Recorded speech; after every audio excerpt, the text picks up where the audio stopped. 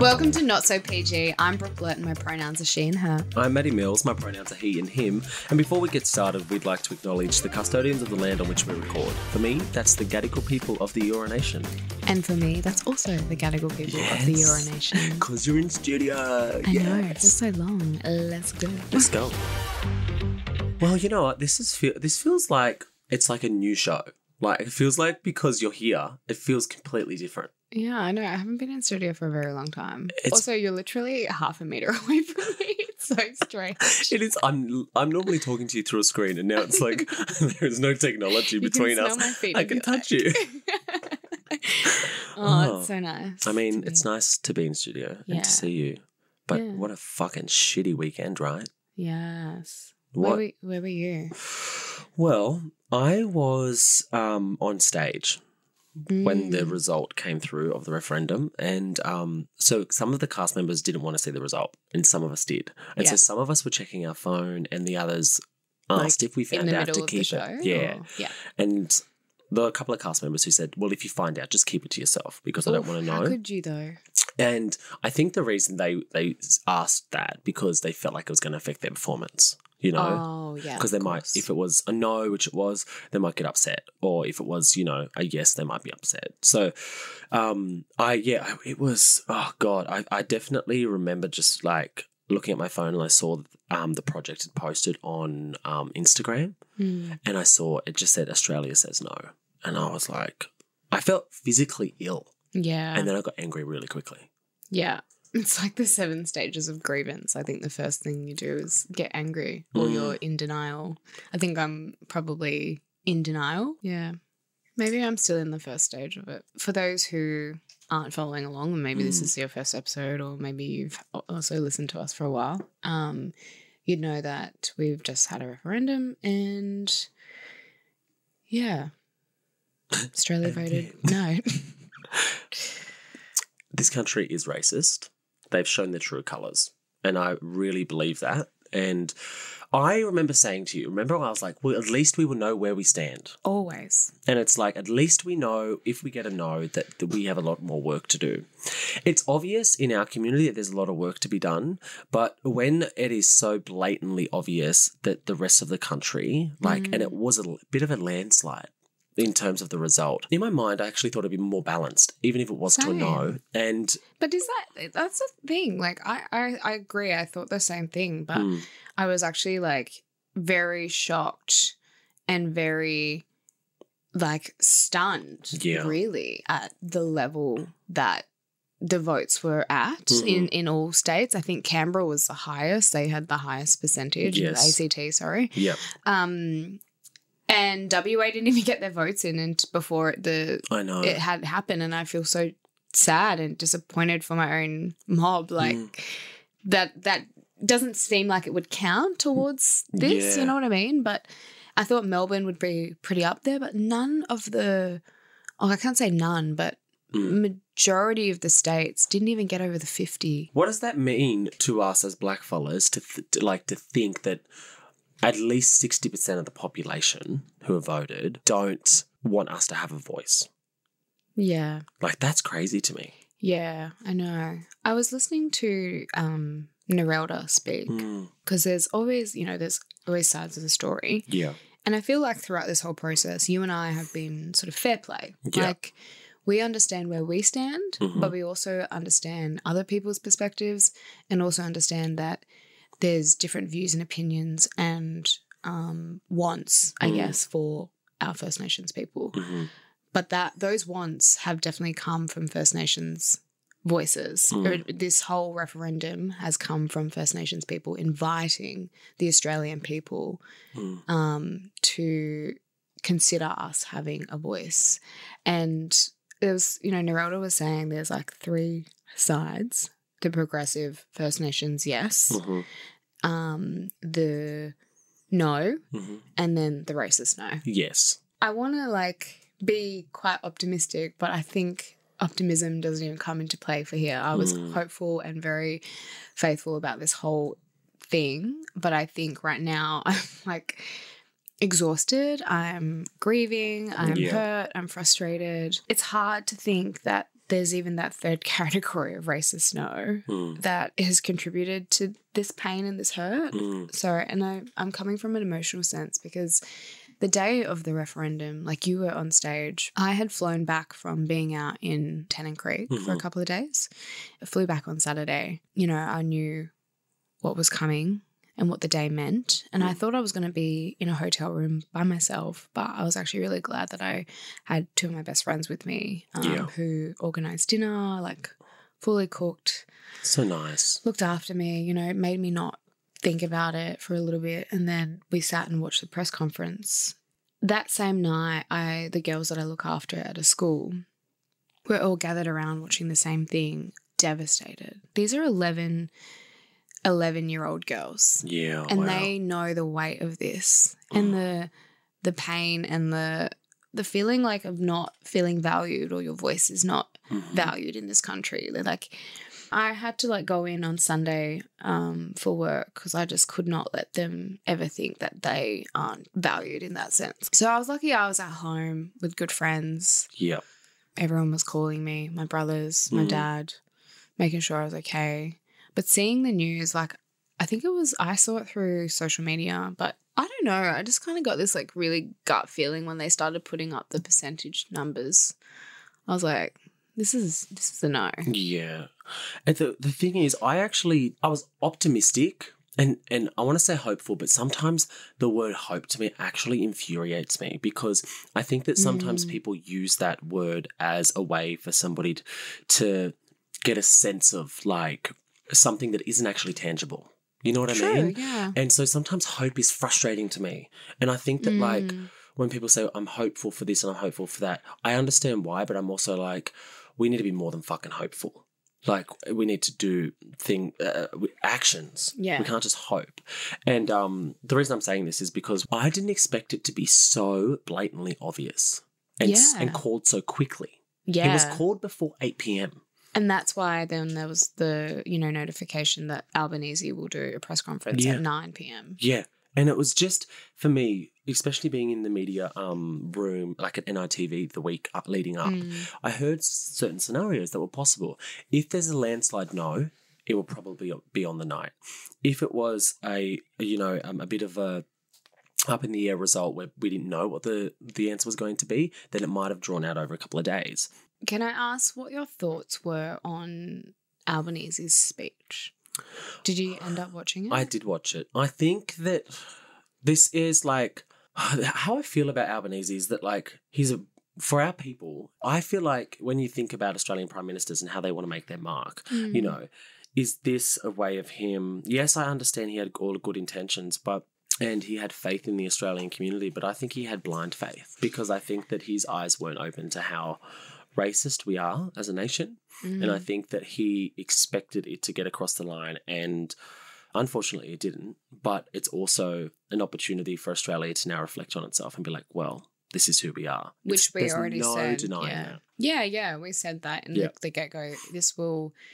It's like a double-ended sword if it's either way. Like, yes, okay, what's going to happen now if it was a yes? But then also if it was a no, it was always going to show the true colours of this nation. The thing I have with Albanese is I've never met the guy. I've, never met him. If I had the opportunity, I would absolutely. I met him and I got a selfie with him. You did? Yeah. The speech I found quite appalling. I thought this is just, I think I agree with you. He's a bit blind to, he committed to doing what he said he was going to do, which was he was going to support the Uluru Statement. Yep. Now, obviously, the voice is enshrined in the Constitution is a part of that Uluru Statement. There is other parts of it, the Makarrata Commission and Treaty, which can be a real opportunity for him here as well. Yeah. Whether he follows through that, I don't know. Maybe that's something we look to the future. I've always said I don't do politics, but inherently we are political for being First Nations. Yep. I have no experience with Albanese, but I have an experience as a First Nations person. And as a First Nations person, I felt that speech was very inconsiderate. Yes, he said all the right things and he acknowledged in the speech But show a bit of love, show a bit of compassion. Like this whole voice, this whole referendum is like so weighted. But I don't think they understand that. And I say they as in like politicians, all the people that voted no. Yeah. I don't think they understand that young people's lives are dependent on these moments. You know what I mean? Like my poor kids, like the kids that I work with, like the things that they were saying to me when I went into work yesterday was like horrible. The way that they felt about themselves because of something like this. Yeah. It's so like heartbreaking. Like I'm an adult, I can deal with this. I've dealt with some shit. But these young innocent minds, these kids, it's just so devastating that they don't feel valued at 11 years old in this country because of this moment and the reliance on 97% of the population having to vote on things that affect First Nations people, and we need First Nations people to direct and take charge of that. Like, you know what I mean? Like they have the solutions. We have the solutions. Yeah. So why could they not give that handover? It's a power thing. The Truly. of like losing power. The interviews and the questions now are like, what now? Like, oh, like, okay, you know, and then we've been allowed this week of silence. Like, I don't want to fucking stay silent. I'm finding it heartbreaking to find words right now, and I'm using, you know, our platform to talk about this stuff. But I have like the biggest lump in my throat right now because I can't fucking talk. Yeah. What now? Well, the thing is, when we had Bridget and Eora on the podcast, they're talking about the future. The young girls you work with, it's like looking at them and going, what sort of world are you going to grow up in? Because the thing is, progress is never like linear. It can be like, you can sidestep. You can go upwards, backwards, forwards, roly-polies. You can do whatever the fuck you want. It feels like a backward step for progress in this country. It feels like we as a nation are supposed to be inclusive and a diverse, multicultural country, yet there is a lack of respect for the first people, our people who hold so much for this country. And it feels like you think that you're moving forward, especially in our circles. I feel like there was so much positivity in my circles of like, in my community. So much love and community. And in the creative arts, I'm seeing so many people are backing us. So I felt like, we got this. I felt like my circles are very yes. And I was concerned about what I'm not hearing. And then I also think that some people probably wrote no, even though they told me they wrote yes. Yeah. I if you've listened to the last couple of episodes, you'll know that I speak of this guy called Barista Boy. And, you know, I think everyone that I pass by, I treat them as equal. Like, obviously I have a platform, people know me, but anyone that comes across me, like, is equal to me. And I'm big on respect. And I think, you know, I go into the coffee shop every morning, this guy fully disrespected me maybe in the first instance of meeting him, and there was like a domino effect. And every week, you know, I was coming in giving you updates. Yeah. I should have called it at the start. Like, you know, when he was like, oh, don't listen to the podcast. Well, you do listen to it. Yeah. Because you know that I talk about you. That's right. It's just annoying because Barista Boy had the audacity to tell me that he was a no vote. And I was like, okay, fair. But I was like, why? And, you know, the conversation got a little bit heated. It was a discussion, and then it ended up in a bit of an argument. And he had the audacity to, like, say to my face that his dad believes that Aboriginal people don't work. That is such a, and here I am. A basic fucking, like, busting my balls with 5 fucking jobs, supporting my family. Yeah. Supporting other young people. Still have love for myself, still have love for my community, and you're telling me that I don't fucking work? Yeah. And I looked at him, I was like, but we're equal here. But there's no. That's the thing that I'm so screwed up in my head that I thought that we were equal. He doesn't see like that. No, those stereotypes are ingrained. And he even had the audacity to continue to say, I was like, what has been your experience with an Aboriginal person been? What has been so bad about an interaction? And he continued to go, I was bashed by one. Okay. I said, okay, so was I. I was bashed by a lot of people, actually. Yeah. White, black, whoever. Yeah. Okay, we move on. We digress. Yeah, you're going to paint the whole community with that with same that one situation.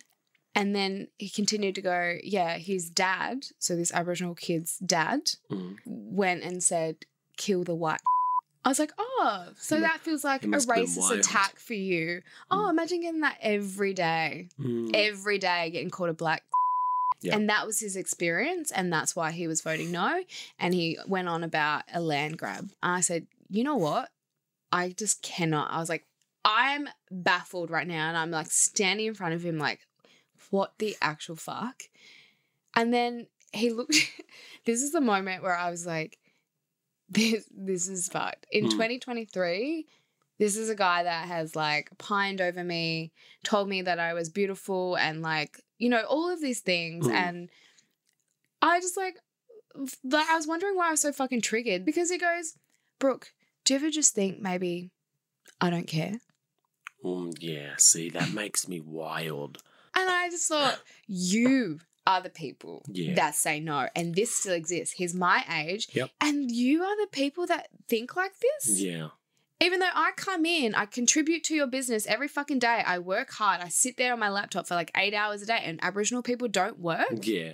Yeah. Like, what the fuck? Yeah, but that's what we're up against. Oh. That is clearly what we're up against. Even people in our generation.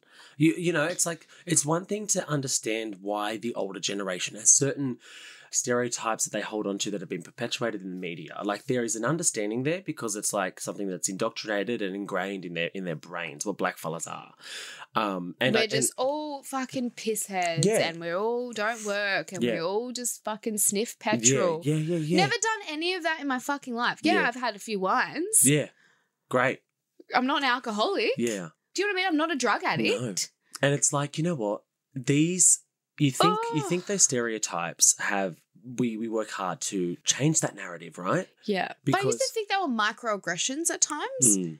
No, this is just pure fucking hatred / aggression. That in itself, that situation with Barista Boy was just pure hatred. Yeah. It feels like he has a very regional way of thinking. And why I want to say that is because like that sort of like view and that sort of mentality of blackfellas not working, you get that a lot in small country towns. You know, like back home in Tamworth, there are still some cafes in Tamworth that my family feel uncomfortable going into because they're black. See, that is a part of this country's... My kids feel the same, actually. When I was working in community, they said, I was just like, oh, let's go down to the like deli / shop. This is back in Perth. And they were like, oh, no, miss, we can't go in there. Because they don't feel welcome. Yeah, well, they were racially vilified. They were like, nah. Yeah, racially profiled. Just like fucking watched like a hawk, you know. And that's what we're up against. Yeah. That is exactly what we're up against as First Nations people, to try and change the perspectives, the hearts and the minds of Australia. It's like they still see us as not. But why is it our job? We've already sorry, not to like. I'm not even playing devil's advocate. I'm literally asking the question. Yeah. And I feel like I can have these conversations with you because you get it. Mm-hmm. But so okay, you play devil's advocate. So like, why do we have to, as Aboriginal people, advocate and protest for ourselves? Like, I get the fight. I'm doing it. I understand it, and I will continue to always do it. But it's like, when's there going to be a time when like we're invited to the table? I think that it's proven in this referendum, as a community, if it was up to us, we have the answers, we have the solutions, we have the outcomes that are needed for our community. When it's left up to the wider community, we are still not seen as enough or worthy of even using our voice. It's obvious there's an undervalued perspective throughout Australia of our people. And that's really unfortunate. This moment and this milestone in our country's history could have been something brilliant for the rest of the country as well. It could have been a way of Australia actually recognising us and going, you know what? Your culture is our culture.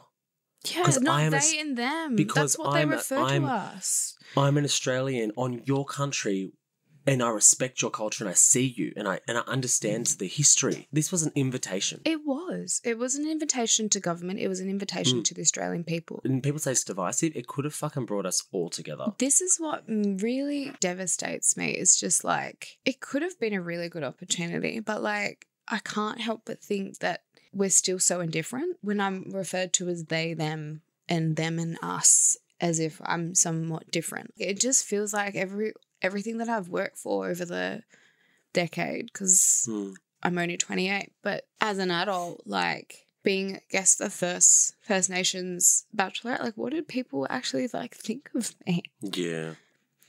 And you internalize it so much because you're like, what is wrong with me? And do you know what I mean? Like you can't help but think, and it's not about me solely, but like you can't help but think like you advocate for your mob and your community and your culture so much, and I do it so proudly. It just is what you do. And people still can't see why that is and still can't understand. It just like devastates me because it makes me feel like everything that I've worked for is just completely diminished in this country. And I feel so fucking devastated. Like I'm a First Nations person, forefront. I fucking hate calling myself an Australian. Like I do not think that I identify with that, because that invitation was put to the Australian people and it was very fucking un-Australian of you to say no to us. Yeah. Yep. And I'm going to use us because we are not whole. Yeah. We're not we all.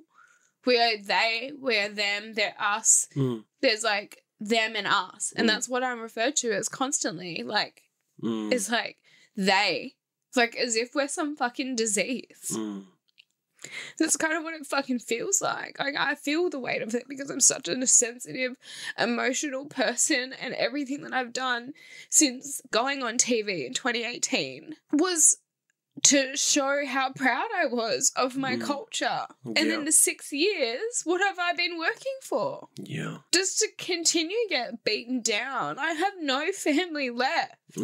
Everyone in my fucking family is dying, and it's because of colonization. It's because of, like, mental health. I have myself, I have my brothers, and I have my future nephews and nieces to come, and I feel really fucking scared for them.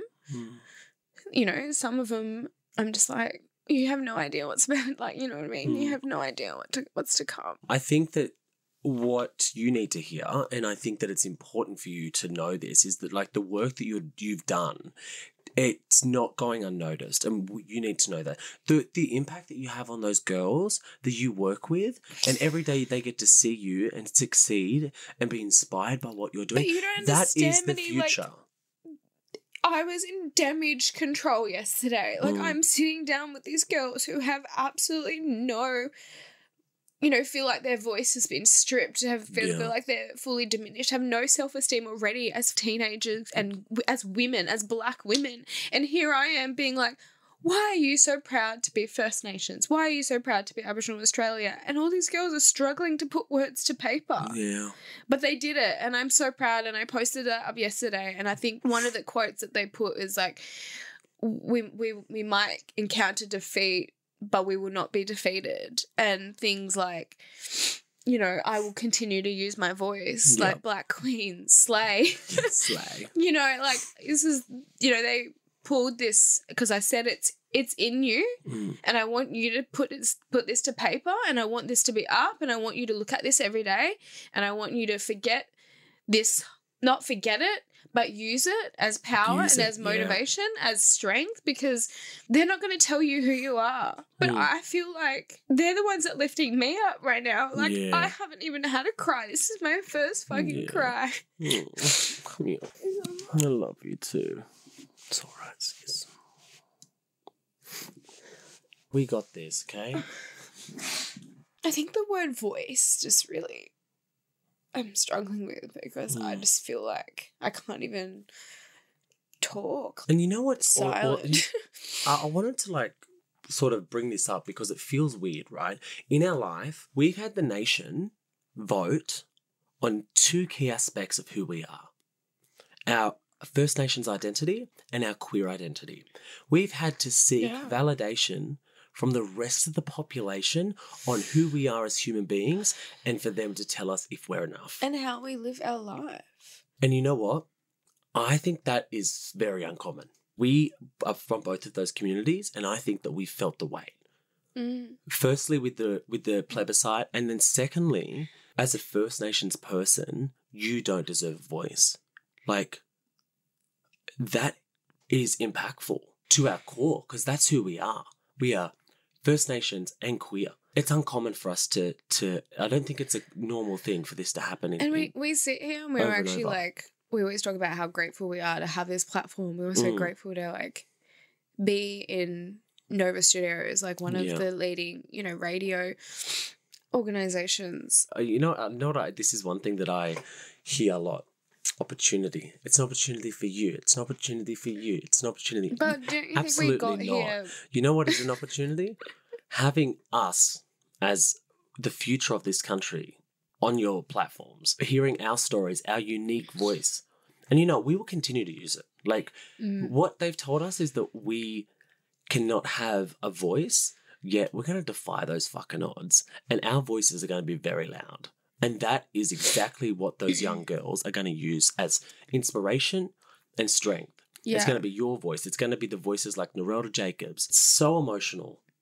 It's like, I just think who we are to our core. The reality of this community is that are in need of this voice. You know, I wasn't born into privilege, but I see in a place where I work, I have a house, I have my dog. I feel like I've got everything that I need now, you know? Yeah.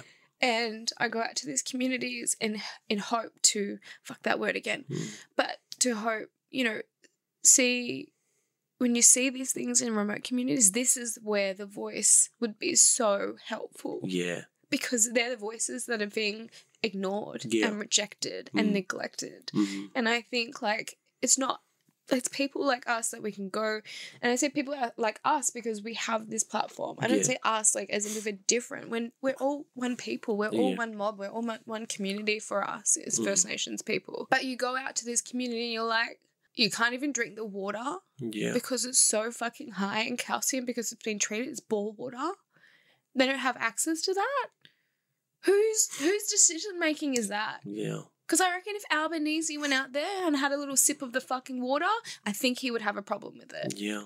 Do you know what I mean? Yeah. Like, the basic rights and basic human rights. And I struggle with it because I've seen it. And I go and I remind myself and I put myself back into community. They're not being heard. Yeah. And they're not being listened to. Yeah.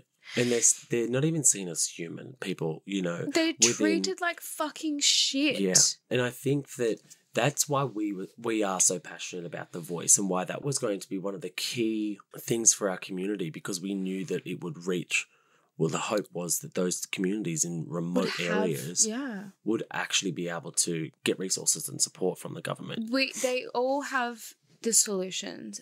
Unfortunately, it does come down to money and funding. And when there's a change of politician every fucking 4 years and they're re-elected, grassroots programs are stripped. Yeah. I've been a part of that. I've actually built grassroots programs in youth work, and they've been stripped because of funding and political change. Yeah.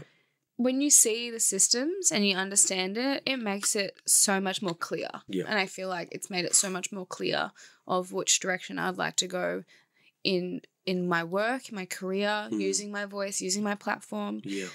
It's honestly all you can do. It's not obviously as simple as that, but like, yeah, I was really upset because I felt like everything that I've worked for is completely and utterly diminished. But I know that I can stand on the shoulders of people that have come before me and know that I'm making them proud. People are looking at you and literally the work that you've done and the like things that you've been able to accomplish with your platform, like that is so impactful. Those young girls see themselves in you. We need to remember that, like, even though this country said that we can't have a voice that is enshrined in the Constitution, our voices are still going to be loud. It's who we are to our core, and we both have it. We both have that thing of being like, our life and our purpose is for our community. 100%. And, like, I just don't think that we can allow this moment in our lives to diminish that. We got to keep on pushing. We won't be silent. We won't be silent. We will. What we will say is that we have a voice and we will use it, and don't get to determine whether we use our voice or not. We know we will. True. Like, we'll keep on fucking using our voice. My colleague actually sent me a really nice message, and I think you would resonate with this really well as well. Hey, Brooke, I truly can't emphasize enough the positive impact you had on our girls tonight, and me included. I know I don't need to tell you how important it is to hold each other close in moments of history like this, but I want you to know that your presence has been super healing. I am so proud of our girls for their strength, solidarity, and wisdom during this time, and I am proud that they have positive young leaders to look up to, something many people do not have the privilege of throughout their lives. And after learning more about your life, I want you to truly know that the person you needed when you were these girls' age is the person you've become for them. Oh, that's so and beautiful. I'm super thankful and should be super proud of yourself. I hope you spend the next few weeks practicing mindfulness and doing something kind for yourself as you heal from this as well. She's like, I can't thank you enough. All the love. Thank you for holding space for me. Well, you know what? I will always hold space for you, and thank you for doing the same for me. Always. It's a big moment in our lives, and you know what? We have this as like a bookmark moment. Yeah. Like, at least we were together. Sharing stories. We had this moment right after the referendum in studio. I think we needed this. And yeah, thank you, Mob, so much for listening to us. If you want to do more for First Nations people and you genuinely care and you genuinely want to, you know, support our people, you know, we see through commentary, leaving us ratings, letting us know, like, we need to know that we are loved right now. I think everyone needs to know that they're loved right now regardless as well. But follow and support you know, platforms of First Nations people. And you can follow me obviously at Brooke Doplin, and Matty, it's Matty Mills. And if you listen to this in your Mob, we love you so much, and remember that we are strong and we are deadly with or without this. Yes. Yeah. Love you, Mob. Bye. Bye.